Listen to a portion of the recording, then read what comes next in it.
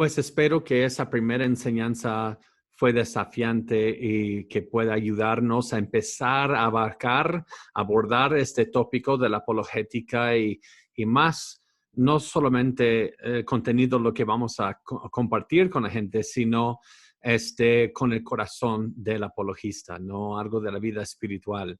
Ahora vamos a seguir esta clase viendo un poco más ya acerca de este tópico al volver a esta gran prédica de Pablo en Atenas. Y vamos a ver cuál es el siguiente punto que Pablo les comparte. Pues aquí vemos en el versículo 29, siendo pues linaje de Dios, no debemos pensar que la divinidad sea semejante a oro o plata o piedra, escultura de arte y de imaginación de hombres. Aquí Pablo, acuérdense, primero les enseñó teología propia y ya saben lo que significa ese término. Ahora vamos a ver lo que vio después, que es antropología.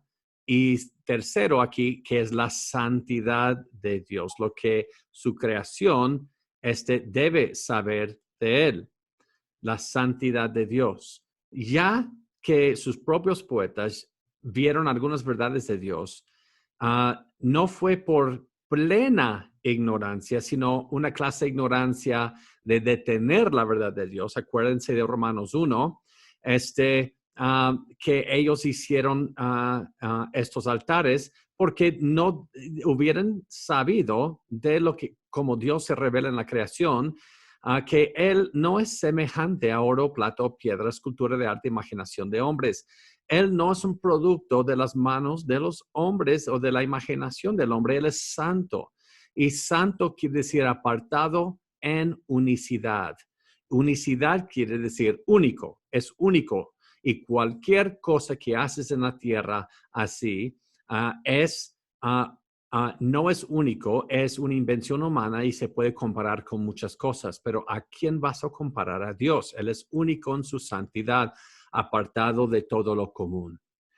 Y luego dice en el versículo 30a, la primera parte, pero Dios, habiendo pasado por alto los tiempos de esta ignorancia. Acuérdense, el argumento de Pablo no es que tienen plena ignorancia. Si tuvieran plena ignorancia, serían inocentes. Sino, y como dice en Romanos 1 también, y como les muestra aquí, incluso citando a dos de sus poetas filósofos, él dice, ustedes tienen una ignorancia infligida, una ignorancia por su propia decepción a sí mismo, deteniendo la verdad de Dios con tu injusticia. Así que Pablo ahora va a enseñar la paciencia de Dios, aun cuando es nuestra ignorancia, viene como resultado de nuestro propio pecado, deteniendo la verdad con nuestra injusticia. Dios ha sido paciente. Ahora, ¿por qué habla de la paciencia de Dios? Porque Pablo les está diciendo a ellos, ustedes son culpables. Y la respuesta de ellos al entender la santidad de Dios es, entonces, ¿por qué Dios no nos ha juzgado? Y Pablo está hablando de la paciencia de Dios. Y gracias a Dios por la paciencia de Dios, porque si no fuera por su paciencia, nos habría juzgado a todos nosotros desde hace mucho tiempo, ¿verdad? Y Pablo les habla de la paciencia de Dios. Pero ahora mira lo que dice en la segunda parte del versículo 30 al versículo 31. Ahora manda a todos los hombres en todo lugar que se arrepientan, por cuanto establecido un día en el cual juzgará al mundo con justicia. Ahora Pablo les va a dar acerca de las limitaciones de la paciencia de Dios. Mis hermanos, dos atributos de Dios son inmutables, son eternas, etcétera, etcétera. Pero la manera que expresa sus atributos no es eterna, no todas. La paciencia de Dios con nosotros no es eterna, tiene una fecha de caducidad. Y gracias a Dios, la leche y yogur tienen sus fechas de caducidad escritas muy claras. Sin embargo, la fecha ya escrita en el libro de Dios de nuestra caducidad en planeta Tierra, cuando se acaba toda la paciencia de Dios con nosotros, nosotros no podemos ver esa fecha. Así que cada día que estamos viviendo y con los que estamos compartiendo están viviendo en rebeldía, estamos apostando toda la eternidad que hoy no es esa fecha de caducidad. Entonces Pablo les va a hablar con urgencia del juicio de Dios. Ahora, cuando Dios juzga, vamos a ver cómo lo va a juzgar.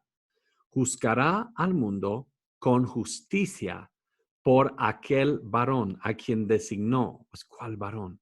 Dando fe a todos con haberle levantado los muertos. Está hablando de Cristo. Ahora, explico este versículo porque esa es una traducción de griego koiné, y el lenguaje que fue escrito en el Nuevo Testamento. Cuando dice dando fe a todos, eso puede ser un poco, provocar un poco ruido, problemático para algunas personas, porque obviamente no dio fe a todos cuando levantó a Cristo de entre los muertos, y muchos de entonces y hasta la fecha fallecen sin tener fe en Cristo. Entonces, ¿qué quiere decir esto? Esto de dando fe a todos en su lenguaje original indica comprobando para que todos puedan tener una fe acertada, una fe con contenido, una fe informada. En otras palabras, Dios Padre asegura a nosotros que Jesús es el Mesías con levantarlo de los muertos, comprobando que Él sí viene de Dios, no es un falso maestro. Y por eso, comprobando a todos para que puedan tener fe en Él, una fe aprobada por Dios en Él, cuando Dios lo levantó de entre los muertos. Ahora mira bien, pero veamos la primera parte otra vez. Notemos esto. Dios, ¿cómo va a juzgar el mundo? A través de Cristo. Es el mismo contexto, está hablando de Cristo. Así que Pablo hace algo que muchos no hacemos hoy día. Él enseña el doble rol de Jesús en su segunda venida. Notamos algunas diferencias aquí. No empezó diciendo Jesús te ama, Jesús es tu amigo.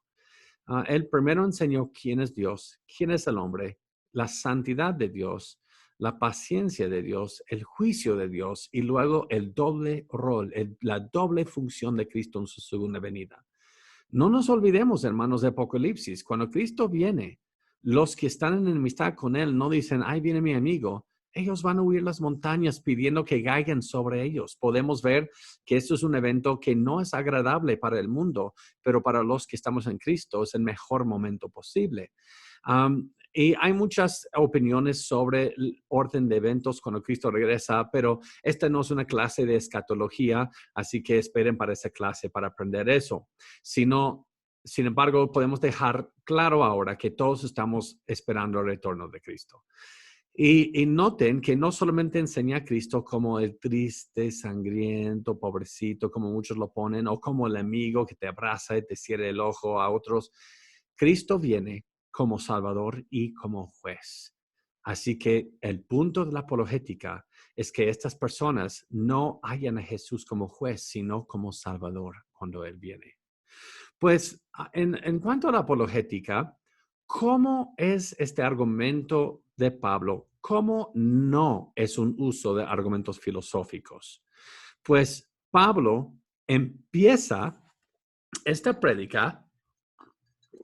Pablo empieza refutando completamente su falsa filosofía al asumir y no comprobar la teología propia de las Escrituras. ¿Ok?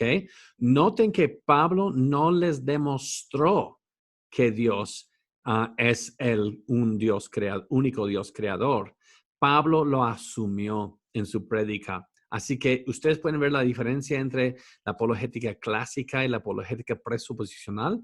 La apologética presuposicional asume la verdad de Dios. ¿Por qué debemos asumir la palabra de Dios? ¿Eso no es un argumento circular? ¿Qué es la falacia del argumento circular? La falacia del argumento circular es decir, yo soy el mejor en este deporte. ¿Por qué? Porque yo me digo que soy el mejor. ¿Ustedes ven eso? Yo creo en la Biblia porque es la palabra de Dios. Muy bien. Yo creo en la palabra de Dios porque Dios dijo que es cierto y Dios dijo que es cierto, por eso creo en la palabra de Dios. Eso es un argumento circular. Y muchos dicen, yo no puedo ser apologista presuposicional por esta razón, por la razón de que tuviera que usar argumentos circulares. Sin embargo, mis hermanos, todos terminamos usando argumentos circulares. El argumento circular no es una falacia en sí. Déjenles digo por qué. Digamos que digo, no voy a decir que creo en la palabra de Dios porque es la palabra de Dios. Voy a dar muchas evidencias por las profecías. Y sí está bien usar esos argumentos, pero no está bien usar esos argumentos para decir por eso crees que es la palabra de Dios. ¿Sabes por qué? Porque estás apelando afinada a una autoridad. Y estás apelando a la autoridad de tu razonamiento viendo evidencias. Así que estás diciendo, mi razonamiento está aquí y ha dado autoridad para que yo pueda creer en la palabra de Dios, que es la palabra de Dios. Entonces, ¿quién es la autoridad ahora? ¿La palabra de Dios o tu razonamiento? Tu razonamiento. Entonces, ¿cómo vas a interpretar y usar la Biblia? Sometiendo la palabra de Dios a tu razonamiento. Así que todo argumento apela a una autoridad. Yo quiero dar argumentos que apelen a la autoridad de Dios, no de mi razonamiento que está envanecido, que ha sido envanecido por el pecado. Y la razón de eso viene de la era del racionalismo y ilustración en Europa. Eso es un tiempo, hace un par de siglos, hace 3 siglos, par de siglos, cuando en Europa pusieron en su humanismo el razonamiento humano filosófico por encima de la palabra de Dios. Y de ahí salieron las teologías liberales. ¿Qué es teología liberal? Teología liberal son las teologías que niegan todo en la Biblia que contradice el razonamiento humano y solo aceptan lo que concuerda con el razonamiento humano. Por ejemplo, Jesús caminando sobre agua. Los teólogos liberales niegan que eso pasó porque el razonamiento humano dice que es imposible que alguien camine sobre el agua. Los teólogos liberales niegan que Cristo nació de virgen y que resucitó, porque filosóficamente, según razonamiento humano, empiricismo también, eso es imposible que nace una virgen tenga un bebé. Por eso los teólogos liberales empezaron del razonamiento a negar todo en la Biblia que no concuerde con el razonamiento humano. Puede que digas, oh, eso es terrible hacer eso. Pues estamos haciendo lo mismo si abordamos la apologética de esa manera. Estamos poniendo como fin autoridad mi razonamiento, no la palabra de Dios. Todos apelamos a una autoridad, sea razonamiento humano o sea la palabra de Dios. Yo prefiero apelar a la autoridad de la palabra de Dios. Pues entonces, Pablo hizo eso mismo en Atenas. Pablo empieza refutando la falsa filosofía de ellos y asumió, no comprobó, asumió la teología propia de las Escrituras. El Dios que hizo los cielos y la tierra, ¿ves? Él no está comprobando, él está afirmando esa autoridad. Luego, Pablo refuta su antropocentrismo. ¿Qué es esa gran palabra? Eso es su humanismo. Los griegos creían ser los soberanos y los dioses fueron unos caprichosos y los dioses te hacían favores como si fueran mascotas. Entonces, si tú le haces, eriges un altar y le das ofrendas a un dios pagano, ellos harán de acuerdo a tu voluntad. Así que los griegos pensaban que los hombres eran soberanos y los dioses es nada más hay que complacerles. Lo mismo pasa en nuestra cultura. ¿Qué hacemos?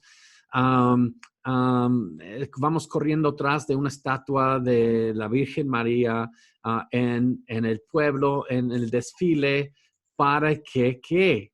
Para que nos haga un favor. ¿Me entienden? El hombre es soberano en ese sistema y Dios no.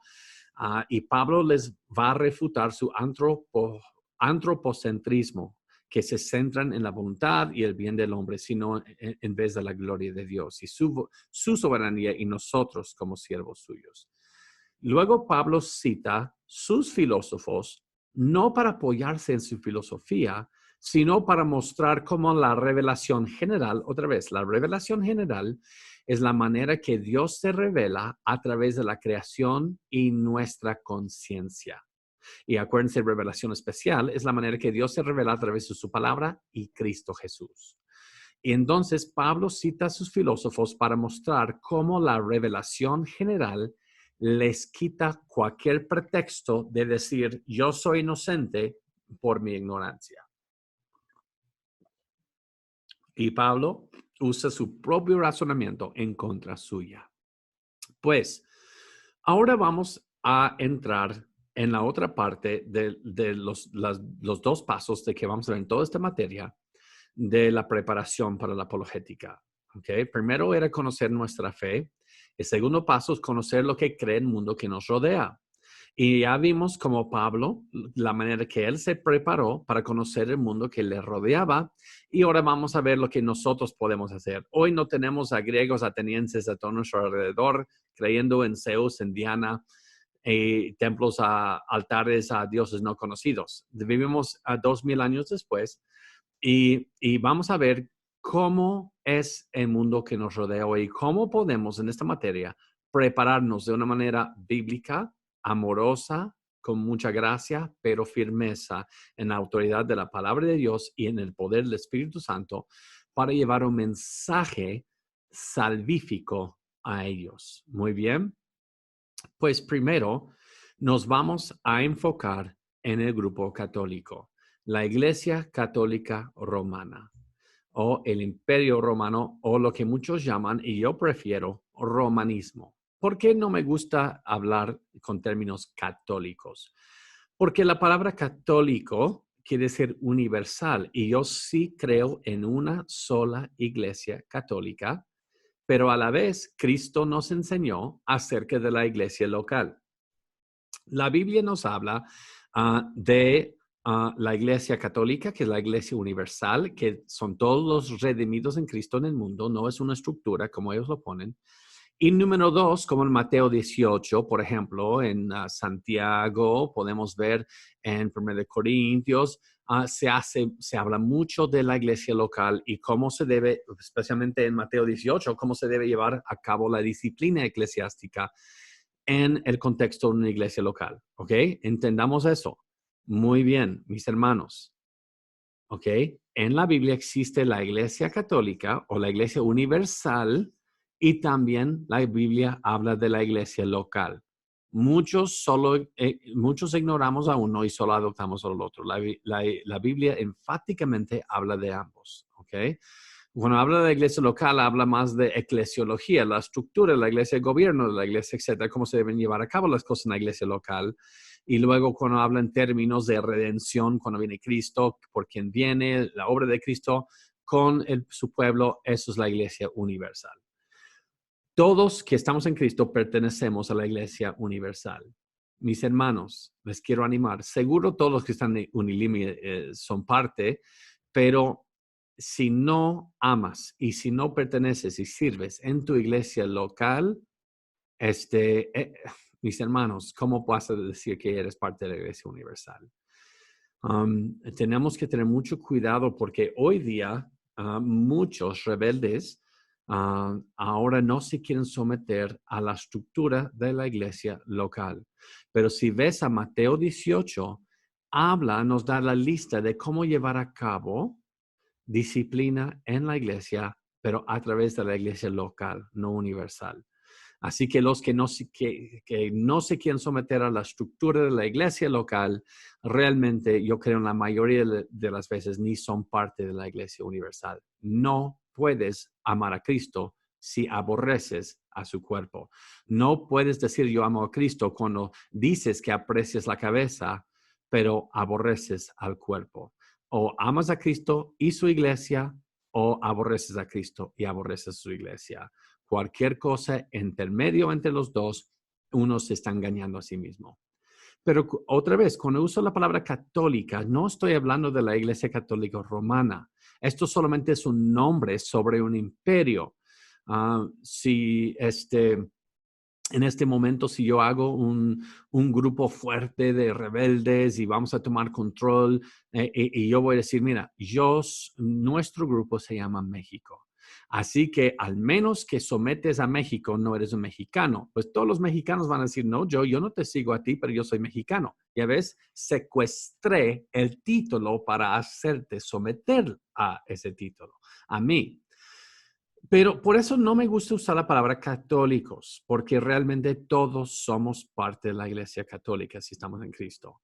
Cuando digo católicos, estoy hablando del grupo que se llama la Iglesia Católica Romana. Yo los llamo romanistas. Yo creo que eso es la mejor manera, históricamente hablando, epistemológicamente, perdón, hablando de este grupo. Pues luego vamos a ver acerca de los escépticos y después vamos a ver los naturalistas, materialistas o ateos y luego los testigos de Jehová y luego terminaremos con los relativistas. Acuérdense, hermano, nada de lo que les voy a enseñar ahora te va a ayudar si brincaste toda la primera clase que dimos. Tienes que tener esta actitud y entendimiento de la apologética, la manera de abordarlo de una manera bíblica que más glorifica a Cristo y también en humildad, mis hermanos, y amor hacia los oponentes, porque muchas veces se hacen nuestros oponentes cuando compartimos, ¿no? Y entiendan que están oponiendo al Dios universo, no a ti, ¿ok? Así que al ver lo que vamos a ver, yo ruego a mi Señor que nadie que vea esto los usa para golpear a su amigo o su familia católico, ¿ok? O romanista, sino con mucha mansedumbre y amor, creyendo y confiando, apoyándose solamente en el poder de Dios, compartir estas verdades. Pues, como quisiera, estoy pensando bien y quiero abordar el tópico de la Iglesia Católica Romana, que voy a tratar de llamar romanistas. Acuérdense de ese término, ¿ok? Con deshacer o derribar muchos falsos argumentos de parte de los evangélicos en contra de ellos. Primero hay que limpiar nuestra casa antes de limpiar casa ajena, ¿ok? Yo escucho, a menudo escucho con mucha frecuencia a hermanos a colocar o presentar acusaciones en contra de los romanistas o su doctrina o su estructura que la verdad no los representa a ellos. Así que tenemos que nosotros primero, como iglesias, columna y baluarte de la verdad, hablar con verdad acerca de los que están en desacuerdo con el evangelio. Esto quizás va a sorprender a muchos lo que van a ver en este momento, pero siguen conmigo en esto. Los romanistas sí creen en escritura. Ahora, ¿por qué pongo escritura? ¿Eso es un error de tecla? No, eso es latín para escritura. ¿Ok? Vamos a ver unos términos en latín. Ellos sí creen en escritura, que la Biblia es la palabra de Dios. ¿Ok? Ahora, puede que preguntes, pero ellos tienen más libros en su Antiguo Testamento que nosotros. A mí me han dicho que los protestantes quitaron libros de la Biblia, del canon, de las escrituras, pero eso es totalmente una mentira. Y eso es ahistórico. Eso quiere decir en contra de la historia. Porque lo que pasa es que siempre hemos tenido la misma cantidad de libros en el canon de las escrituras. Sabemos por Josefo cuántos fueron el número de los pergaminos en el Antiguo Testamento que estaban puestos en las sinagogas y van 100% de acuerdo en cuanto a contenido con lo que tenemos hoy en el Antiguo Testamento, aunque en otro orden. También sabemos de Jerónimo en el año 405, lo que consideraban de ser la Torá o lo que llamamos Tanaj, Antiguo Testamento. Y de hecho, la iglesia no tiene el trabajo para reconocer cuáles libros del Antiguo Testamento son inspirados por Dios, porque Pablo dice que Dios dio sus oráculos, hablando del Antiguo Testamento, a los judíos. Así que Dios permitió que los judíos reconocieran cuál es su canon. ¿Okay? Vamos a avanzar por los años. Cuando llegamos a Agustín de Hipona y otros, ellos vieron, especialmente en la Septuaginta, ahora la Septuaginta es la traducción griega del Antiguo Testamento, que se terminó alrededor del año 123 antes de Cristo, pero no estamos muy seguros, y que es citado mucho en el Nuevo Testamento. Esta traducción griega es citada mucho en el Nuevo Testamento cuando cita en el Antiguo Testamento. La Septuaginta es un grupo de pergaminos que fueron traducidos a griego, pero de libros y también del Antiguo Testamento. ¿Ok? Y esos otros libros se llaman los libros apócrifos. Fueron escritos en los 300, alrededor de 300, 200 años antes de Cristo. Muchos son pseudolibros, eso quiere decir falsos. Por ejemplo, el libro de Enoch no fue escrito por Enoch. Enoch está en Génesis. Fueron escritos por unos judíos un poco antes de Cristo, cuando los judíos se mezclaron mucho con misticismo. Pues esos libros son libros escritos en la historia, siempre estudiados, pero nunca considerados como palabra de Dios. Algunos en su ignorancia en la era patrística de la iglesia pensaban que eran, pero nunca fueron considerados por los judíos. Pues llegamos hasta Papa Pío con Martín Lutero en la Reforma. Este mismo Papa condenó a cualquier persona que trataría de usar esos libros apócrifos como si fueran parte del Antiguo Testamento. Pero después de Martín Lutero en la Reforma Protestante, ¿qué sucedió? Los romanistas, acuérdense lo que quiere decir esa palabra, ellos tuvieron una contrarreforma en lo que se llama el Concilio de Trento. Y en este concilio, en el siglo XVI después de Cristo, agregaron esos libros apócrifos al canon. Ahora, ¿por qué los van a agregar 1600 años después de Cristo o 1540 y pico años, después de Cristo? ¿Por qué de repente los van a agregar? Acuérdense lo que les dije, porque son libros místicos. Entonces, con todo el simbolismo y misticismo en estos libros, ellos los usaron para tratar de promover purgatorio. ¿Ahora nos entendemos? Pues, así que no, los protestantes no quitaron ningún libro de la Biblia, sino estos libros apócrifos con información históricamente muy errónea, diciendo que Nabucodonosor fue el emperador de Asiria en vez de Babilonia. En Babilonia, muchos datos muy erróneos, pero solo son buenos para estudiar, para ver los historiadores y los escritos de ese tiempo. Y de hecho, esos mismos libros apócrifos, uno reconoce que no es canon, no es palabra de Dios, diciendo que Dios no nos ha hablado por ningún profeta por ya varios siglos. Así que si el mismo libro niega su propia inspiración, ¿quién es la iglesia en el siglo XVI después de Cristo para decir que ahora es palabra de Dios? Pues ningún protestante, en otras palabras, quitó un libro de la Biblia. Estos libros falsos, pero históricos, con unos datos históricos falsos, pero sí tienen uso en cuanto a ver unas cosas de historia. El libro de Enoch es citado o aludido en el Nuevo Testamento un par de veces, solo para dar un dato histórico, no como palabra de Dios. Pero eso no te debe preocupar que el libro de Enoch es citado en el Nuevo Testamento, porque solamente es para dar un detalle, porque eso no te debe preocupar. ¿Sabes por qué? Porque acabamos de ver a Pablo citar a dos filósofos griegos erróneos. Y eso no quiere decir lo que ellos escribieron es palabra de Dios. No, Dios inspiró a Pablo citando eso, lo que dijeron los griegos. Acuérdense de esas categorías de detalles que debemos ver. Pues, los católicos, aunque tienen también los apócrifos, creen que la escritura es palabra de Dios. Y puede que esto los sorprenda. Gracia es latín por gracia.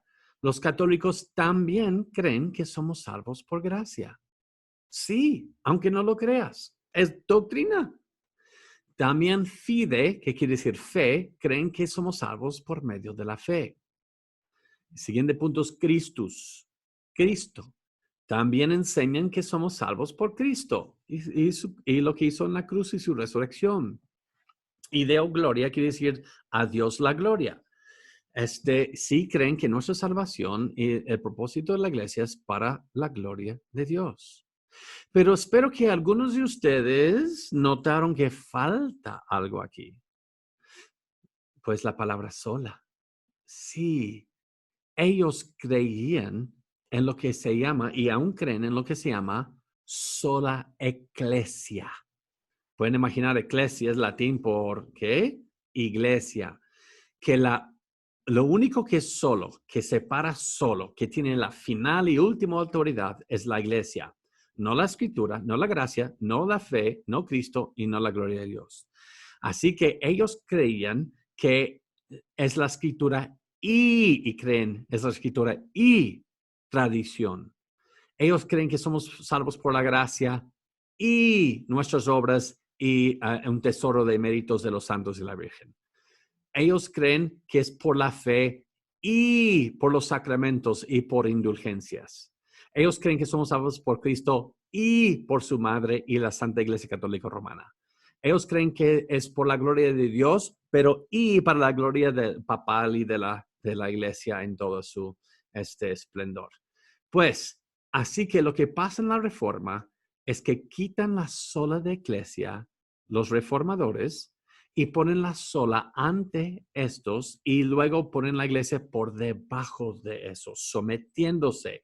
Así que la iglesia solo es iglesia cuando se somete a solamente las escrituras. Es iglesia cuando se somete que la salvación es solo por la gracia, solo por fe, solo por Cristo y todo solo para la gloria de Dios. Están viendo lo que pasó. Esto es la fe evangélica protestante que hemos salido del romanismo. ¿Ok? Eso es la gran diferencia de una manera más didáctica. Espero que lo pudieron entender así. Ahora vamos a ver algunas objeciones que vas a recibir de ellos en defensa de sola iglesia.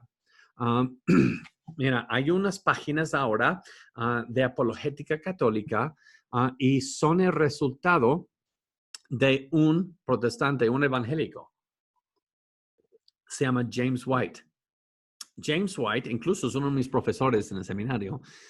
James White ha tenido 170 y pico debates formales a través de los últimos 30 años.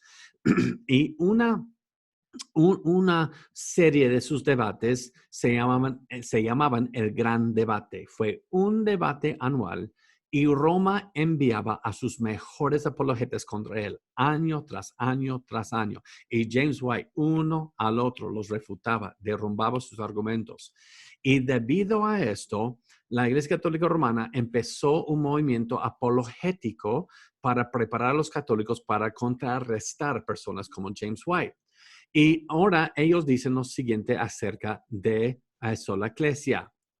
La definición de sola ecclesia es que la iglesia tiene la autoridad para interpretar las escrituras y la tradición. Esto está totalmente bien conmigo. ¿Por qué? Porque podemos ver que la iglesia, como pilar y fundamento de la verdad, de 1 de Timoteo 3:15, sostiene las escrituras y tradición. Sola ecclesia es solo una frase que confundiría a muchos que pensarían que la iglesia no sostiene nada más. Yo prefiero seguir a sola iglesia que seguir a sola escritura. Eso es una afirmación muy fuerte. Ahora, ellos usan la misma Biblia aquí para afirmar eso. Vamos a ver lo que dice 1 Timoteo 3, 14 y 15. Y esto es muy común donde un romanista te va a llevar a esa escritura. Mira lo que dice Pablo a Timoteo. Esto te escribo, aunque tengo la esperanza de ir pronto a verte, para que si tardo, sepas cómo debes conducirte en la casa de Dios, que es la iglesia del Dios viviente, columna y baluarte de la verdad. ¿Están viendo lo que están diciendo ellos? Pues número uno, Timoteo estaba en Éfeso, no en Roma, así que usar eso para Roma es una gran falacia. Pablo estaba en Macedonia, en el norte de Grecia, cuando le escribe a Timoteo en Éfeso esta carta. Así que esto les quita la exclusividad de Roma aquí, usar este versículo. Sin embargo, veamos lo que dice. Imagínate, si la iglesia es la columna, lo que sostiene la verdad y baluarte la verdad. Entonces la iglesia tiene que estar a par de la verdad. Es solo iglesia, no solo escritura, es lo que están diciendo. Pues vamos a ver unas columnas de un baluarte desde la antigüedad. Las columnas, como pueden ver aquí, sostienen o van por debajo de estructuras, y el baluarte es una estructura grande que va de alrededor como para protección. Pues mis hermanos, hay un enorme problema aquí. Están mal entendiendo totalmente este versículo. Y quisiera yo citar al teólogo Juan Calvino. Ahora, yo sé cuando hablamos de Juan Calvino, um, muchos dicen, oh, ¿nos vas a enseñar calvinismo? Por supuesto que no. Sin embargo, en este nivel universitario, tenemos que dejar de ser tan polarizados, ¿ok? Yo solo voy a leer y citar a las personas con cuales yo estoy de acuerdo con ellos. Yo soy arminiano, así que Juan Calvino es el enemigo. No, mis hermanos. Muchos de esos son hombres que Dios usó para su gloria y no son perfectos, y muchas de nuestras quejas contra ellos realmente son exageradas. Tenemos que aprender a no ser reactivos y a solamente ver lo que tienen que decir. Mira lo que Juan Calvino dijo acerca de este uso de columna y baluarte, así que la iglesia tiene autoridad, no la Biblia.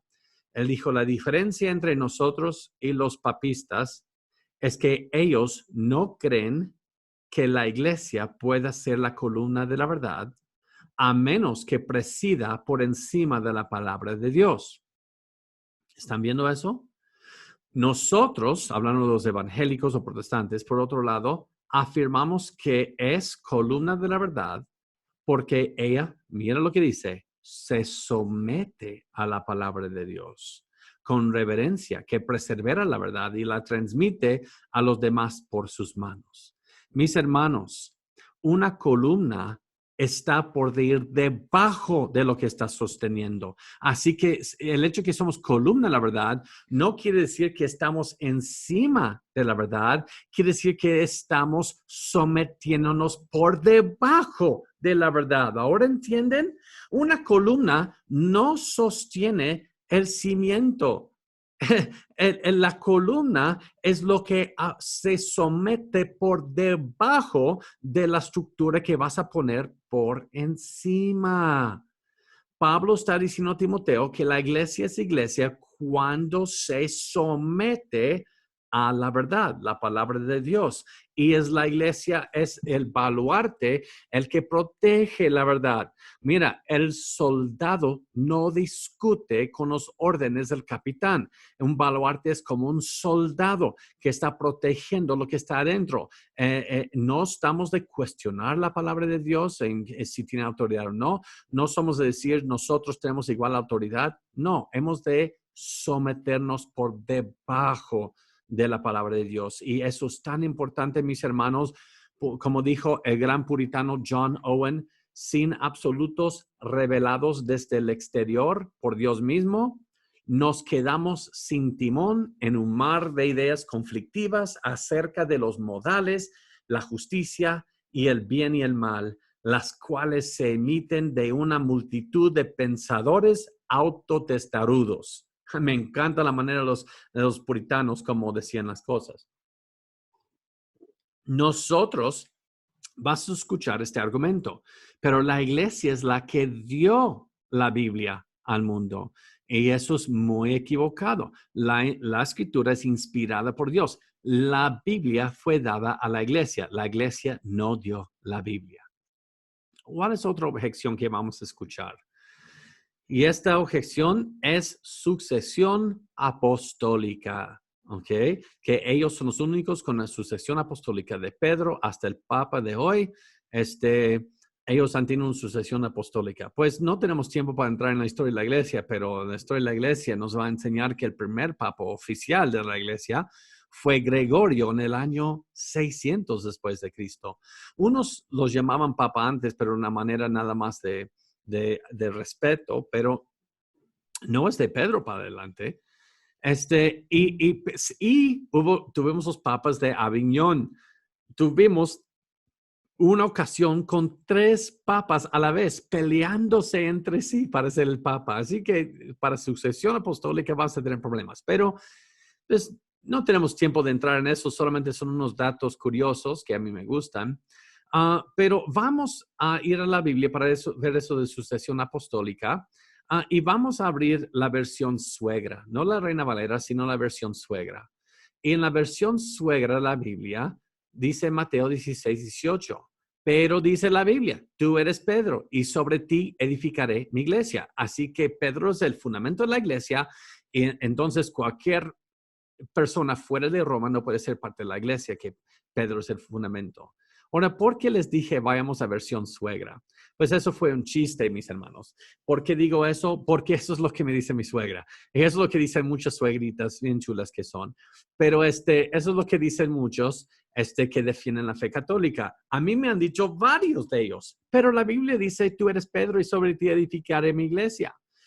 Pues cuando me dicen eso, yo les digo, pues eso debe estar al lado de, digo en broma, si tengo confianza, ¿no? Si no, no digas eso. Digo, ¿eso dónde lo encontraste? ¿Al lado de donde dice, ayúdate que yo te ayudaré? Porque esto no dice la Biblia, por eso puse versión suegra. Ni la traducción o la versión católica dice eso. Vamos a ver a la traducción católica para Latinoamérica. Y mira lo que dice. Este es Mateo 16, 18, desde una Biblia católica. Y mira lo que dice. Y yo a mi vez, dice Jesús, te digo que tú eres Pedro. ¿Y sobre qué? ¿Sobre ti? No. Dice, sobre esta piedra edificaré mi iglesia y las puertas del Hades no prevalecerán contra ella. Y vamos a, si que ni en la iglesia católica dice sobre ti edificaré mi iglesia, eso es un invento. Sin embargo, vamos a ver eso ya en su contexto. Vamos a ver lo que está pasando aquí. ¿Qué está diciendo Jesús a Pedro? Pues Jesús está diciendo a Pedro lo siguiente. Pedro, ya que tú confesaste quién soy yo, no vino de ti, sino de mi Padre. Y te voy a dar un apodo para siempre recordar este día sobre esta verdad, sobre la cual voy a edificar mi iglesia, no sobre Pedro, sino sobre la verdad que Pedro confesó. Mira, respondiendo Simón, Pedro dijo, tú eres el Cristo, el Hijo del Dios viviente. Ok, eso es el tópico, eso es el centro, eso es el enfoque de todo el texto, esta verdad que acaba de revelar. Entonces respondió Jesús, bienaventurado eres Simón, hijo de Jonás, porque no te lo reveló carne ni sangre, sino que no te reveló esta verdad, que Cristo es Jesús es el Cristo, el Hijo de Dios viviente, sino mi Padre que está en los cielos. Y yo también te digo que tú eres Pedro. Ahora va a ser un juego de palabras. Y sobre esta roca edificaré mi iglesia y las puertas del Hades no prevalecerán contra ella. Ahora, ¿está diciendo que va a edificar su iglesia sobre Pedro? No. De hecho, la Biblia no fue escrita en castellano. Así que vemos esto. Y yo aún te digo, estoy diciendo que tú eres Petros. ¿Ok? Petros, masculino en el griego. Y sobre esta la roca, Petra, femenina singular. Estaré edificando de mí a los llamados, la iglesia, la eclesia. Ok, tú eres Petros y sobre esta Petra es un juego de palabras. No está diciendo sobre Pedro, está diciendo sobre esta roca. ¿Y cuál es esta roca? La verdad que acabas de decir, la iglesia se va a edificar por encima de la verdad de Cristo, que Él es, Jesús es el Cristo, el Hijo del Dios viviente. Sobre esa verdad, sobre Cristo, Dios va a edificar su iglesia. Ahora, les voy a dar los argumentos que te van a dar eso y vamos a indagar un poco más profundo, porque te van a decir, pero mira lo que dice a Pedro aquí, le dio las llaves del cielo. ¿No le dio las llaves del cielo a Pedro? ¿A él solamente? No. Mateo 16, 19. Y a ti te daré las llaves del reino de los cielos, y todo lo que atares en la tierra será atado en los cielos, y todo lo que desatares en la tierra será desatado en los cielos. Pues muy bien, vamos a ver primero qué está diciendo aquí, pero vamos a ver 2 capítulos después, y Jesús solamente lo dice a Pedro. No, lo dice a todos sus discípulos, lo mismo. De cierto os digo que todo lo que atéis en la tierra será desatado en el cielo. Y todo lo que desatéis en la tierra será desatado en el cielo. Otra vez os digo que si dos de vosotros se pusieran de acuerdo en la tierra acerca de cualquier cosa que me pidieran, les será hecho por mi Padre que está en los cielos, porque donde están dos o tres congregados en mi nombre, ahí estoy yo en medio de ellos. Ahora, hay mucha confusión sobre este texto. Muchos dicen, así que hermanos, aunque no vinieron muchos hoy al estudio, pero dice la Biblia, donde hay dos o tres en mi nombre, allá estaré también. Pues sí, más o menos, pero eso no es el punto de este texto, no lo que está diciendo. Para entenderlo, tuvieras que ver el contexto. ¿Cuál es el contexto de todo este bloque de texto, Mateo 18? La disciplina eclesiástica. El mandato es que ningún líder en la iglesia puede ir a disciplinar a solos a una persona, porque no podemos confiar en nosotros mismos. Somos humanos y puede que tengamos un desacuerdo personal con esta persona. Por eso Jesús habla de que cuando alguien está pecando, y me imagino también contra ti, o pecando y tú estás en liderazgo en la iglesia local, ve primero con ellos. Acuérdense, dos personas, testigos, trae testigos ante la iglesia, y si aún no se arrepiente esta persona, si aún no se quiere arrepentir, hay que sacarlo de la comunión local, ¿ok? Y luego, si tú tienes que hacer algo tan drástico así, pues lo que tú ataste en la tierra con este hermano queda atado en el cielo. Así que esta persona puede salir de la iglesia y este pastor, ¿quién se cree que es? ¿Cómo se atreve? El Espíritu Santo nunca me haría eso y él está en contra de Dios. No, Jesús dice, si él siguió esos pasos, lo que él te hizo en la disciplina en la iglesia se queda respaldado en el cielo. Así que Jesús está respaldando a esa disciplina en tu iglesia. Uy, mis hermanos, tenemos que aprender esa verdad. Muchos, ¿qué pasa cuando el pastor disciplina? Nos vamos a la iglesia y buscamos a otra donde no nos conocen. No, mis hermanos, no. En la disciplina eclesiástica, si siguen los pasos de Mateo 18 y si tú no cedes, entonces lo que te disciplina en la iglesia, quedas disciplinado ante Dios también. Dios respalda a su iglesia local si siguen esos pasos. Ustedes pueden ver que el evangelicalismo de nuestro siglo ha subestimado mucho la estructura, la disciplina de la iglesia. Sin embargo, la Biblia no lo permite. Pues, así que cuando hay dos o tres congregados en mi nombre, ya estoy también. No está diciendo que si solo estás solo en tu casa, bañándote, estás alabando a Dios, estás orando a Él, que Él no está ahí porque no eres dos. No, está diciendo que Él está ahí respaldando cuando hay dos o más reunidos para hacer disciplina eclesiástica. En otras palabras, si el pastor solo confronta a una persona y la persona no cede y luego lo vota a la iglesia, no incluye ningún otro líder o ningún otro testigo, no queda atado en el cielo. No tienes el respaldo por Dios, pastor. Pero si tú lo haces de acuerdo a Jesús en Mateo 18, perdón, si tú lo haces de acuerdo a Mateo 18, Dios está en medio de ti apoyando esa disciplina. Ustedes ven como de repente la Biblia tiene mayor sentido de acuerdo a su contexto. Pues, pero ¿qué fue el punto de esto? Antes que empecé a entrar más a profundo, perdón. Es que Pedro lo que ata y lo que desata, ¿verdad? Pero también todos los discípulos. ¿Ustedes pueden ver eso? Así que esto no es algo en especial para Pedro. Ahora, mira lo que dice en cuanto a fundamento. ¿Cuál es el fundamento para la iglesia? 1 Corintios 3:11. Porque nadie puede poner otro fundamento que el que está puesto, el cual es Jesucristo. Ustedes pueden ver, Pedro no puede ser el fundamento de la iglesia. Ahora, déjenles digo cuál va a ser el argumento que te van a dar. Te van a llevar a Efesios 2. Y cuando me lleven a Efesios 2, digo, gracias Dios. Porque les voy a demostrar que esto no enseña que Pedro es el fundamento de la iglesia. Miren lo que dice Efesios 2, que a una persona no entrenada va a decir que contradice a 1 Corintios 3:11. Acuérdense, Pablo dice a los corintios que el fundamento de la iglesia es Cristo. ¿Estamos de acuerdo? Ahora, Pablo dice a los efesios algo que para algunas personas parece una contradicción, pero no lo es. Les voy a demostrar. Efesios 2, 18 a 21. Así que ya no sois extranjeros ni advenedizos, sino conciudadanos de los santos y miembros de la familia de Dios, edificados sobre el fundamento de los apóstoles y profetas. Wow, ahora dice que el fundamento es los apóstoles y profetas, ¿ya ves? Y Pedro fue un apóstol, así que, pues mira, acabas de decir que Pedro es el fundamento de la iglesia y esto dice que no es el único, pero no estás entendiendo el texto. Vea lo que dice. Siendo la principal piedra del ángulo, Jesucristo mismo, en quien todo el edificio bien coordinado va creciendo para ser un templo santo en el Señor. Así que cada uno que estamos aquí, estamos siendo edificados como iglesia ya por 2000 años por encima de un solo fundamento.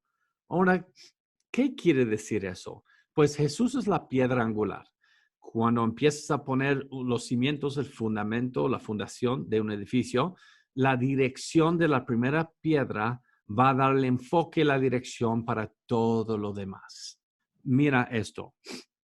Es un fundamento y esa es la iglesia, que todos somos parte, de una manera pues, metafórica, ¿no? Ok, volvamos al fundamento y dice esta escritura que Cristo es la piedra angular, la primera que da dirección y todo se enfoca, se dirige en la piedra angular y los demás son apóstoles y profetas. Ahora, les quiero animar a algo y eso es por eso que tanto me encanta la historia de la iglesia. Me ayuda mucho a entender contextos.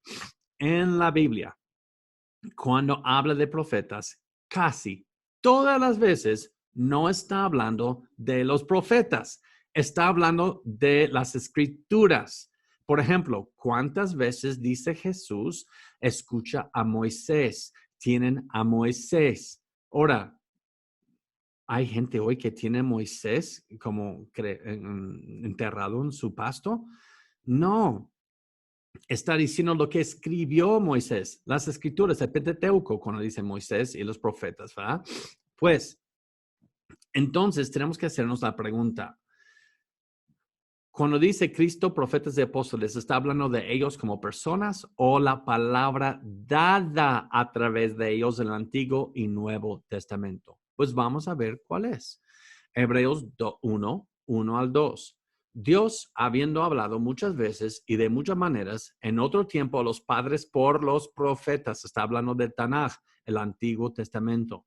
En estos postreros días nos ha hablado por el Hijo. ¿Ok? Así que, y ahora el resto del Nuevo Testamento es escrito por quién? Apóstoles y amigos de los apóstoles que, por ejemplo, Marcos no es escrito por Marcos, pero no es su información. Él está dictando a Pedro lo que Pedro está enseñando ante soldados romanos. Pues con estudiar la historia de la iglesia te puede ayudar con eso. Así que tenemos tenemos a los profetas del Antiguo Testamento, apóstoles del Nuevo Testamento. Entonces, ¿por qué son fundamento? No por ellos, sino por la palabra de Dios.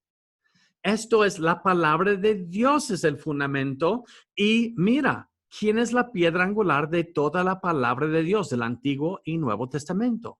Cristo. Eso quiere decir que tanto el Antiguo Testamento como el Nuevo Testamento, todo depende y se enfoca en Cristo por tipología, alusiones y profecías del Antiguo Testamento y por manera directa en el Nuevo Testamento. Así que tenemos como fundamento la iglesia que la palabra de Dios, cuya piedra angular, cuyo enfoque es Cristo. ¿Están viendo eso? Y sobre esta palabra de Dios tenemos a nosotros siendo edificados por encima. Ahora, quiero responder una pregunta interior entre nosotros que quizás no debes decir abiertamente ante alguien de la persuasión romanista. Entre nosotros, nivel universidad, ¿no? Vamos a responder una pregunta con un rigor académico y teológico en vez de ser reaccionistas. ¿Es la Iglesia Católica Romana anatema? En otras palabras, ¿es la Iglesia Católica Romana condenada? ¿Ok? Pues, en otras palabras, acuérdense del candelero. en que Dios, en Apocalipsis es advertida a la iglesia de Éfeso que si ellos no se arrepientan, les iba a quitar el candelero. Dios le quita el candelero a la Iglesia Católica Romana. Pues vamos a responder de una manera menos reactiva y más académica, teológica, bíblica. Para entender eso, tenemos que entender la diferencia entre dogma y doctrina. ¿Ok? Mucho de la Iglesia Católica Romana que están en desacuerdo con la Biblia es doctrina y ellos enseñan que no es necesario creer eso para ser salvo. ¿Ok? Son ideas suyas nomás. Pero dogma es otra cosa. Si no crees en un dogma de la Iglesia Católica Romana, no puedes ser parte de la iglesia, no puedes ser salvo. Excepto si estás hablando con el Papa actual que dice que hasta los ateos se salvarán. Pero eso veremos después. Pero según dogma católica, si tú no crees en sus dogmas, no sus doctrinas, sino sus dogmas, no hay salvación. Y eso nos va a ayudar a responder la pregunta si la Iglesia Católica Romana es anatema. ¿Ok? Pero que entienden la palabra anatema, eso quiere decir condenada. Pues vamos a ver algunos de los dogmas más recientes. Hubo un dogma en 1854 que se llama la Concepción Inmaculada. ¿Qué quiere decir eso? Desde 1854, la Iglesia Católica Romana insiste, si no crees en este dogma, no puedes ser parte de la iglesia, no puedes ser salvo. Ahora, ¿qué es Concepción Inmaculada? Pues la Iglesia Católica Romana tuvo un gran desafío. ¿Sabes cuál es? ¿Cómo vamos a enseñar que María nunca pecó si todos somos pecadores porque recibimos una naturaleza pecaminosa por linaje de Adán? Eso es Romanos 5:12. Entonces tuvieron que hacer algo nada histórico, con ningún trasfondo bíblico ni histórico. En el 1854, la Iglesia Católica Romana hizo dogma que la Virgen María fue concebida de la misma manera que Jesús, que también, por lo que parece, el Espíritu Santo hizo conceber su madre de ella también. Así que María no tuvo un padre terrenal, tal como Jesús. Y así ellos pueden ahora enseñar que María nunca pecó. ¿Estamos entendiendo eso? Así que ellos están diciendo como iglesia, como dogma. No es una doctrina que ellos dicen no tienes que creer. Eso es dogma. Que si Joe Owen, si yo creo, al menos que yo confieso que María tuvo una concepción inmaculada tal como Jesús, yo no soy parte de la iglesia. Yo no soy parte de la iglesia que da salvación. Vamos a ver otro dogma. 1870, infalibilidad papal. Eso quiere decir que cuando el Papa habla ex cátedra o de la CIA, vamos a ver eso en un momento, cuando él hace eso, tienen la misma infalibilidad que la palabra de Dios. Así que es al par con la palabra de Dios, con el Papa habla ex cátedra o de la CIA. Vamos a ver en otras palabras, yo no puedo ser salvo, ser parte de la iglesia a través de la cual da salvación, a menos que yo acepto que cuando el Papa habla ex cátedra, tiene el mismo valor que la palabra de Dios. Otro dogma es 1950. Una de las más recientes, concilio del año pasado, del siglo pasado, la Asunción de María.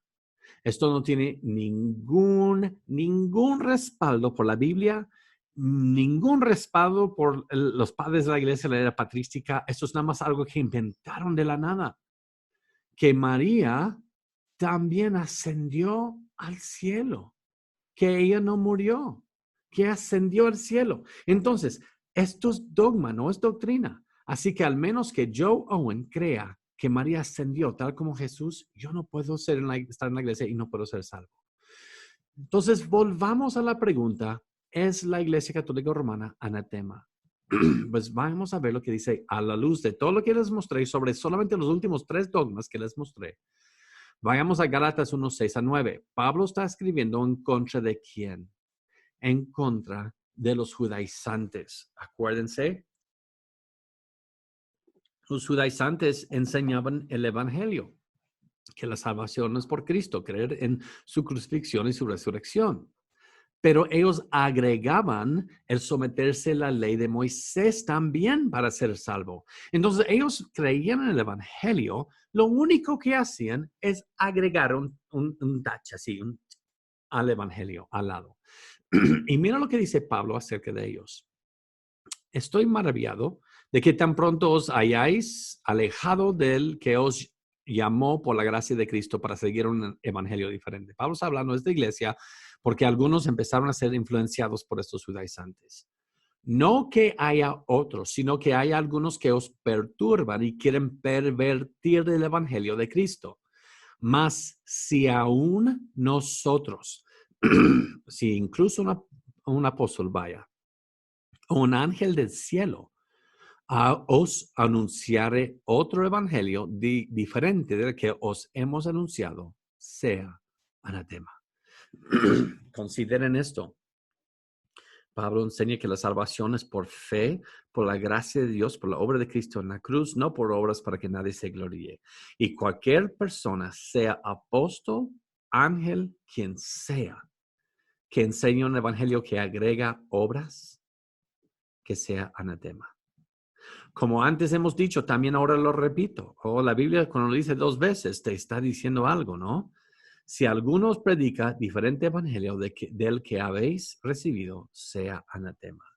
Alguien puede decir, sí, pero ese es quizás un otro evangelio que debes conocer a Buda. No, esto está hablando de judaizantes que solo agregaron la ley al evangelio, pero aún hablaban del evangelio. Ustedes pueden ver esto según Gálatas 1, 6 a 9. Yo tengo que concluir que los romanistas, la Iglesia Católica Romana es anatema. ¿Ok? Y uno puede decir, ¿cómo Dios pudiera hacer eso? Ya les mostré. Dios ya lo advirtió a las iglesias. Recuerda, por tanto, donde has caído, dice Éfeso, y arrepiéntete y haz las primeras obras, pues si no, vendré pronto y quitaré tu candelero de su lugar si no te hubieres arrepentido. Pues desde cuando cree Joe Owen, al menos en mi humilde opinión, que la Iglesia Católica Romana es anatema. Y les tengo una respuesta.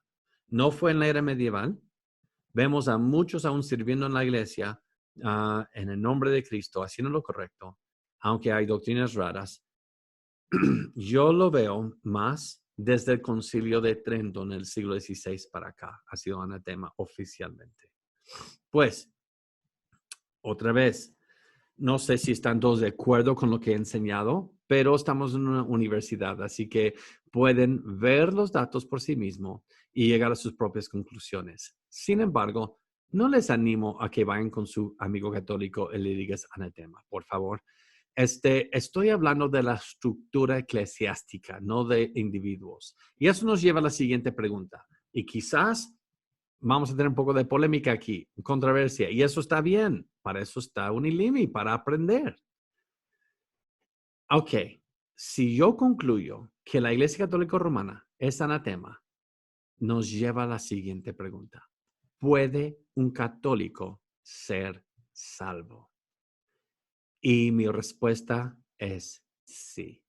Ahora, no creo que muchos, pero yo no puedo decir que por ignorancia sobre muchos de sus dogmas hay alguien que Dios no ha tocado en ese grupo. No estoy hablando de los falsos maestros, no estoy hablando de la mayoría, pero mira, como dijo James White, estoy muy de acuerdo con él. Es posible que haya unos católicos que sean salvos, pero, mira, hay un gran pero aquí, pero sería a pesar de la Iglesia Católica Romana y sus enseñanzas y no a través de ella. Ahora, me imagino que algunos en la clase están diciendo, oh, no, son idólatras. Pues tú también eres idólatra. ¿Cómo no? ¿No hay idolatría en tu vida? ¿No hay idolatría en tu vida? Todos tenemos ídolos en nuestros corazones. Todos nosotros tenemos ídolos. Y mis hermanos, por favor, otra vez, esto no es escuela dominical. Yo no enseñaría esto en escuela dominical. ¿Okay? Tenemos que ser objetivos. Y escuché a un profesor en una llamada de Zoom que tuvimos hace poco de su propia universidad, obligándoles un rigor académico. Y eso es lo que les estoy diciendo. No me malentiendan. Por favor, no vayan a hacer una queja al liderazgo. Escúcheme muy bien lo que sí voy a decir y por favor no más representan lo que estoy diciendo, ¿ok? O no estoy creyendo eso de ustedes, solo te quiero asegurar que no hay un malentendido. No estoy diciendo que todos estos grupos católicos en todo lo que están haciendo están alcanzando la salvación. No estoy diciendo eso. Estoy diciendo que puede que haya alguien, y yo he conocido a algunos, que no están de acuerdo con esa idolatría, que no están de acuerdo con muchas cosas, pero lo que han escuchado en la lectura de la Biblia les ha llamado la atención y han entregado su vida a Cristo. Ahora, yo creo que la mayoría de ellos que ya están en Cristo, Dios a través de la santificación, la obra del Espíritu Santo, los va a llamar fuera de ahí. Eso sí, ¿ok? Pero no podemos decir dogmáticamente que no hay ninguna persona salva que se llame católico. No podemos decir eso. No estamos en el lugar de Dios para decir eso. Pero, pero debemos considerar lo que dice James White, y esto es muy verdad. Aunque haya una posibilidad que unos sean salvos, sería a pesar de la Iglesia Católica Romana, no a través de ella. ¿Entienden la diferencia? Ahora, yo con toda confianza, si hay alguien que se quedó con una duda sobre eso, al final de estas clases vamos a tener un Zoom en vivo directo, ustedes conmigo. Así que, por favor, plantéenme la duda con confianza. Yo no voy a reaccionar mal. Los amo en Cristo. Adelante, con confianza, ¿ok? Pero estas son las cosas que a veces duelen escucharlo por primera vez, pero cuando empiezas a estudiar, llegas a entender. Muy bien. Acuérdense de Cornelio. No sabía nada de Cristo, pero él estaba buscando a Dios. ¿Se acuerdan en Hechos? Y Dios mandó a alguien con la verdad. Así que puede ser alguien que ya ha escuchado algo del Evangelio entre ellos y que está diciendo, yo nunca entiendo por qué dan tanta preferencia a esas estatuas. No lo entiendo. Y está tratando de entender. Tú no puedes decir que esa persona no es salva. Y ustedes y nosotros tenemos que ser un poco menos generales ahí. Yo sí creo que como iglesia, por decir que ni creo que es iglesia, es anatema. La Iglesia Católica Romana es anatema. Yo creo que Dios, si Él quiere salvar a algunos de ellos, y yo creo que sí, a muchos serán porque uno de ustedes les comparte el Evangelio y salen de allí y entran en sus iglesias y aprenden la verdad.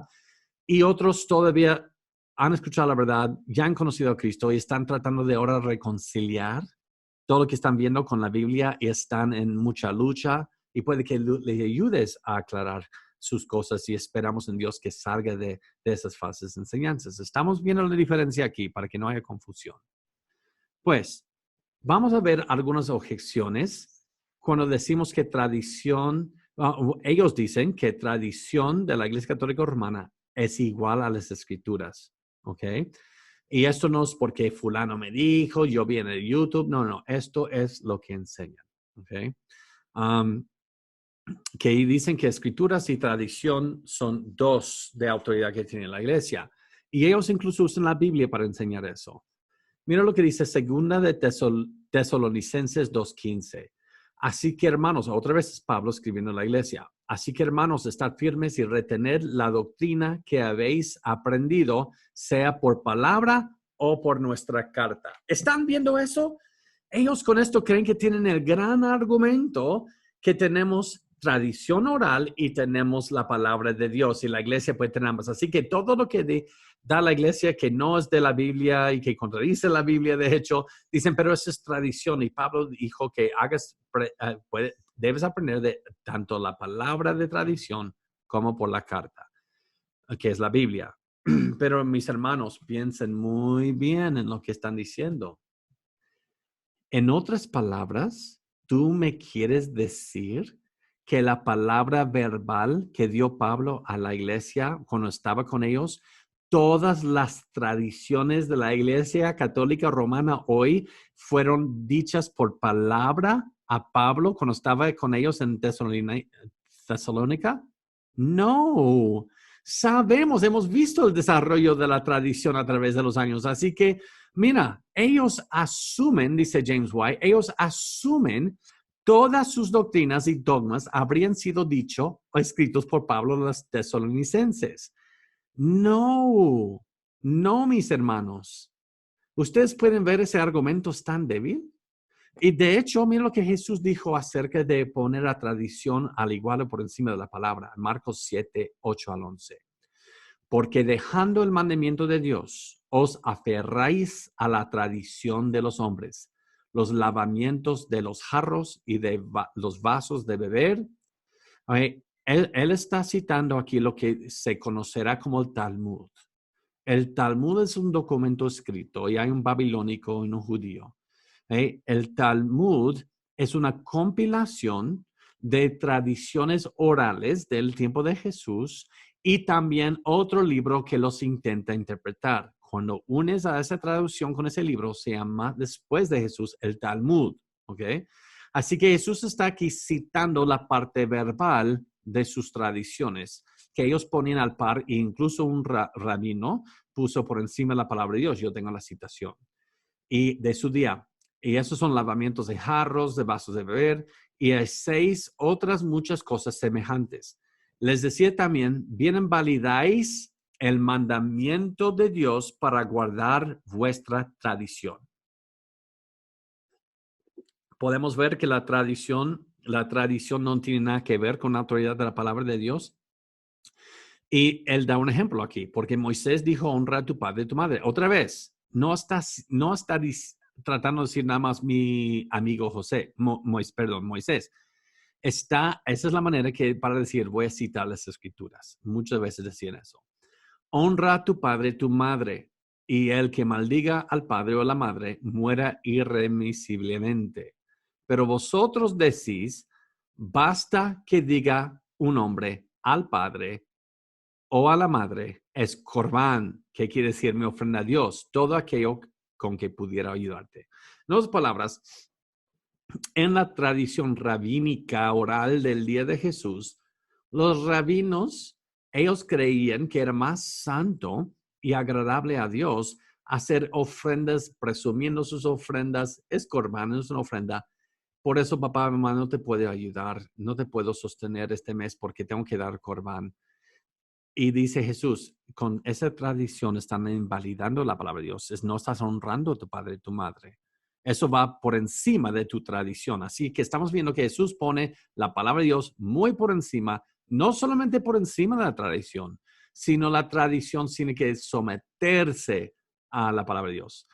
Pues quizás hay alguien en la clase que dice, pues mejor no tener tradiciones. Mis hermanos, no hay quien que tenga más tradición que el que dice que no tiene. Todos tenemos tradición.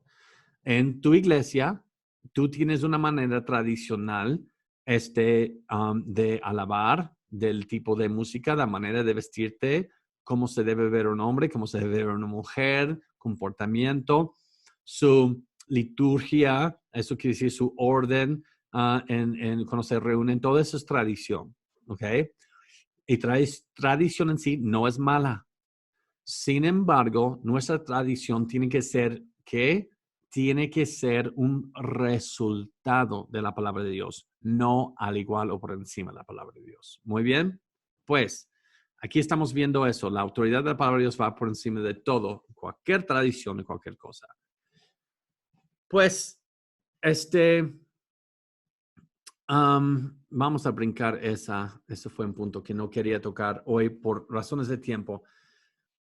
Lo que ahora vamos a ver y brevemente, y vamos a tratar de terminar en esta, y esto tiene mucho contenido, así que presten mucha atención, por favor, es inerrancia versus ex cátedra. Okay, ya les dije que iba a hablar de ex cátedra, de la CIE. ¿Qué quiere decir eso? Pues vamos a ver la inerrancia de la Biblia en contra de ex cátedra. Vamos a ver qué es eso. Primero, número 1, segundo de Timoteo 3:16, dice la escritura, toda la escritura es inspirada por Dios y útil para enseñar, para redarguir, para corregir, para instruir en justicia. Y esa palabra inspirada no es como, esa canción me inspira. No, eso es el vocabulario léxico moderno que no carece de todo sentido. No, esa palabra inspirada es theopneustos. Eso quiere decir exhalada por Dios. exhalada por Dios. Toda la escritura es exhalada por Dios. Así que, por definición, tiene que ser inerrante e infalible. Inerrante quiere decir que no tiene errores. Infalible quiere decir que no falla en nada de lo que afirma. Ahora, ¿por qué agrego esa parte de nada de lo que afirma?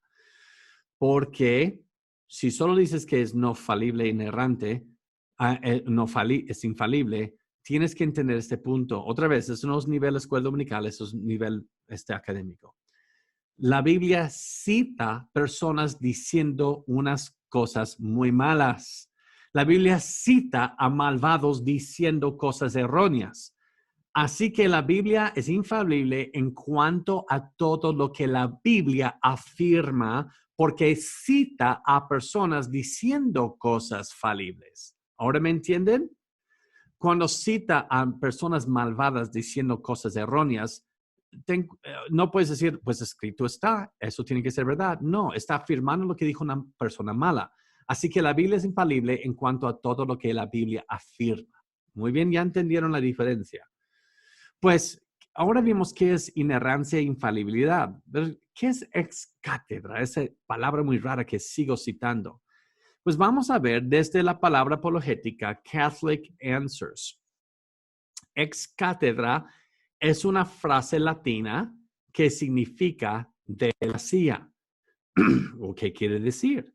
Se refiere a las enseñanzas papales o del Papa, obligatorias e infalibles. Le están dando nivel de palabra de Dios, elaboradas y publicadas por el Papa cuando enseña oficialmente en su papel de pastor universal de la Iglesia una doctrina sobre una cuestión de fe o la moral o se dirige a todo el mundo. Esto quiere decir, cuando el Papa enseña de manera universal sobre algo de la moral o la doctrina, cuando está en esa posición, lo que él va a decir en ese momento es infalible, es inerrante. ¿Ok? Muy bien. Y vamos al catecismo de la Iglesia Católica Romana, que dicen ellos de ex cátedra: el pontífice romano, el Papa, cabeza del colegio de obispos, goza por razón de la asistencia divina que se le prometió en el bienaventurado Pedro, de la infalibilidad que el divino Redentor quiso otorgar a su iglesia para cuando ésta definiera alguna doctrina acerca de la fe y la moral. ¿Ok? No está diciendo que todo lo que dice el Papa es infalible, está diciendo que cuando él enseña doctrina. ¿Ok? Muy bien. Ok, estamos entendiendo. Pues, vamos a ver si eso es cierto. Vamos a ver algunas declaraciones de unos papas y vamos a ver si se concuerdan completamente cuando está enseñando sobre doctrina. Vamos al Papa Bonifacio VIII, que pueden ver más o menos en los tiempos medievales, justo antes de la Reforma Protestante, que dijo sobre la salvación. Declaramos, decimos, definimos y pronunciamos que para la salvación de toda criatura es absolutamente necesario que se sometan al pontífice romano. Entonces, ¿hay una manera de ser salvo fuera de él? No. Y él lo dijo, declaró, lo definió, lo pronunció, así que no lo puedes discutir. Ahora vamos a ver el Papa Eugenio IV. La Santa Iglesia Romana firmemente cree, profesa y enseña que ninguno de los que no están dentro de la Iglesia Católica, no solo paganos, sino judíos, herejes, hablando de Juan Hus, y cismáticos, jamás puede ser partícipes de la vida eterna, sino que han de entrar en el eterno fuego, preparado para el diablo y sus ángeles, a menos que antes del cierre de sus vidas tendrán que haber entrado en esta iglesia. También que la unidad del cuerpo eclesiástico es tal que los sacramentos de la iglesia son en vano, excepto por aquellos que permanecen en esa iglesia, y que los ayunos, escrituras, limosnas y otras obras de piedad que desempeñan su parte en el combate cristiano están en ella a solas, productiva del premio eterno. Por otra parte, miren lo que dice: que nadie, no importa la limosna que habría dado, ni siquiera si tuviera que derramar su sangre por la causa de Cristo, puede salvarse a menos que permanezca en el seno unidad de la Iglesia Católica. Ok, vemos un acuerdo entre ellos, entre estos papas, que no hay salvación de ninguna manera, a menos que estás en la Iglesia Católica Romana. Pero brincamos al Segundo Concilio Vaticano del siglo pasado, que ya hemos mencionado, de 1962 a 65, por el Papa Juan XIII. Él murió en el 63 en medio de ese concilio. El siguiente Papa se llama Pablo el VI, que siguió. Y pasaron por grandes, drásticos cambios. Pero yo pensé que lo que dice el Papa cuando habla de doctrinas infalibles, ¿cómo lo vas a cambiar? Mira, vamos a ver algunos resultados de este concilio. Esta afirmación no está dirigida a aquellos que por razones fuera de sí mismos no conocen a Cristo y su iglesia. Los que por razones fuera de sí mismos no conocen el evangelio de Cristo y su iglesia, pero que sin embargo buscan a Dios con un corazón sincero y movido por la gracia, tratan con sus acciones para hacer su voluntad, conocida por el dictamen de su conciencia, pueden conseguir la salvación eterna. Pues yo pensé que cuando el Papa habla en cuanto a doctrina es infalible, es ex cátedra, pero ahora me están diciendo que uno puede ser salvo si se porta bien, si nunca conoció a Cristo, y tú acabas de decirnos por múltiples siglos que nadie fuera de ello. Pero vamos a seguir viendo lo que dicen otros. Esos son resultados de este Concilio Vaticano. Todo esto es cierto no solo para los cristianos, sino para todos los hombres de buena voluntad, en cuyo corazón obra la gracia de modo invisible. Porque puesto que Cristo murió por todos los hombres y la vocación suprema del hombre es uno y divina, nosotros debemos creer que el Espíritu Santo, en un modo conocido solo por Dios, ofrece a todos la posibilidad de estar asociados con este misterio pascual. ¿Qué está diciendo? Que hay personas de buenas intenciones que serán salvos. Pero no acabas de decir que declaro, pronuncio, que nadie. Pues mira, no. Esto fue en 1964. Ahora vamos a ver lo presente. El Papa Francisco, mira lo que él dijo. No solo los creyentes se salvan. Me dicen, yo no creo en Dios, soy ateo. Yo les contesto, no importa, haz el bien, nos vemos allá. Estoy viendo falibilidad en ex cátedra aquí. Pero esto va a ser su argumento. ¿Todos estos papas estaban hablando ex cátedra? Pues ustedes me dijeron que sí, porque me dijeron que siempre cuando definiera alguna doctrina acerca de la fe, la moral. Ahora, ¿cómo lo hacen los católicos, ahora los romanistas con esto? Mira lo que dicen ahora. Sí, ninguna de esas veces estaban hablando ex cátedra, pero no me dices aquí en el catecismo que siempre que habla de doctrina, sí, pero como solo 2 o 3 veces en toda la historia de la iglesia han hablado ex cátedra. Entonces, ¿de qué sirve tener ex cátedra si nunca lo vas a usar? Pues, entonces ellos nos están retando. Encuentra un error en algo dicho ex cátedra que nosotros reconocemos de ser ex cátedra. Ok. Vamos a ver uno de los pocos eventos que ellos sí hasta el día de hoy reconocen como ex cátedra. Y es Papa Pío el número 9.